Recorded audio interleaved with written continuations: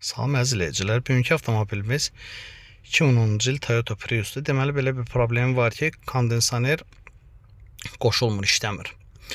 İndi burada xəta kodlarımız var. Ambient Temperature Sensor. Bu hara girdi? Deməli, çölün temperatur sensorudur. Bir də burada da bu idarəetmə panelində də görsənmir. İndi birinci biz bunu həll eləməliyik. Ondan sonra baxaq görək. Yenə problem nədə qaldı? Deməli, əzizləyicilər, temperatur sensoru buradadır. Daha doğrusu yoxdur. İndi onun yerinə biz potensiometr atmışıq və allatmışıq sistemi. Bu yaxşı iş deyil, amma işimizi görməkdən ötürü bunu eləməliyik. İndi xəta kodlarına baxaq, görək hansı xəta kodları qaldı. Deməli, potensiometr atandan sonra müvəqqəti, deməli, burada belə bir xəta kodu gəldi.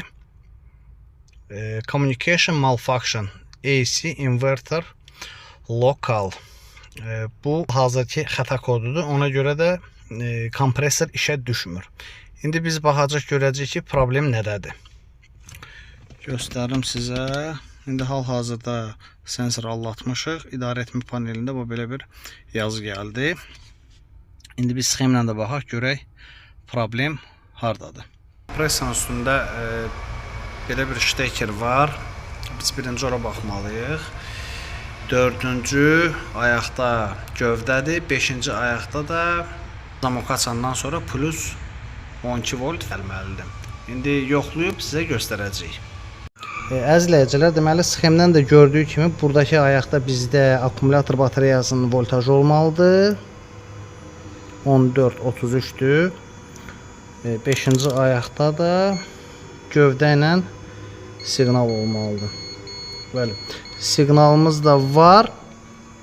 Deməli, amma bir dənə də bir şey göstərim ki, bu şteker yerinə keçəndə heç qəşəng oturmur. İndi o ştekeri də bərpa edib yoxlayacaq, görək işləyir yoxsa yox. Əzizləyicilər, deməli problem bu şteker qırıq olmasındaydı. Ventilatorlarda işləyir. İndi avtomobildə də baxaq, görək soyuq vurur yoxsa yox. Yox da vurur, temperaturu da göstərir. Yəni mənim sözümə inanmalısınız, indi əməlli soyuq vurur. Avtomobildə problem temperatur sensoru və kompresorun ştekerinin yuxarı getməsi idi. Diqqətiniz üçün təşəkkürlər.